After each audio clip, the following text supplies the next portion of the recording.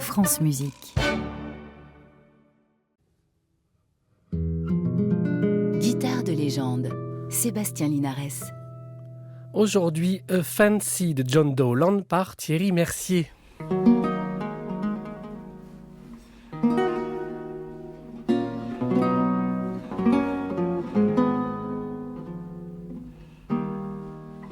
Alors pourquoi avoir choisi cette œuvre ? Précisément parce qu'elle est aux antipodes des autres travaux que je mène parallèlement en ce moment. En l'occurrence, je joue régulièrement la sequenza de Berio en cette année de centenaire de l'auteur, et j'ai besoin de temps en temps de revenir à une certaine simplicité. Et cette fantaisie en est dans un sens un parfait exemple. Si vous écoutez le thème du début, qui est en fait une chanson anglaise de l'époque, on est confronté à une dentelle harmonique, une dentelle polyphonique plutôt, qui exige de toute autre qualité. Et si, en termes de gestes, on se met à parler de ce qu'il faut utiliser dans une œuvre comme la sequenza et dans la fantaisie de Dowland, ça n'a rien à voir. Il faut à chaque fois réinventer des gestes qui sont très loin de ce qu'on appelle communément la guitare classique.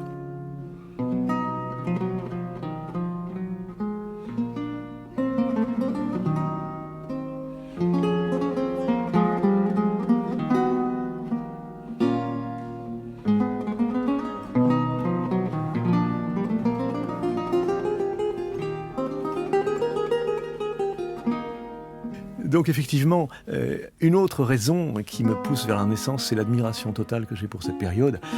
N'oublions pas que nous avons Gesualdo, Ockeghem, Josquin et bien d'autres, et Monteverdi.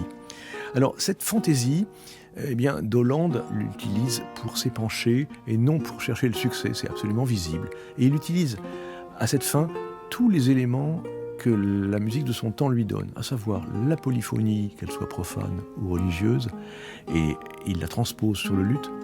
Il utilise aussi la chanson, je l'ai dit, il utilise la danse, il utilise la virtuosité pour relier deux parties, mais tout cela, il le transmute pour faire quelque chose qui est plus que la somme des parties et des citations. On a une pièce qui est fascinante parce que tout est là et jamais rien n'est répété. C'est le contraire d'une musique à refrain, par exemple. Les idées sont là et on ne sait par quel miracle elles tiennent ensemble. On n'a pas du tout l'impression que c'est disparate, cette pièce. Et la musique n'est jamais la même, alors même que les éléments qui la constituent sont assez banals, finalement.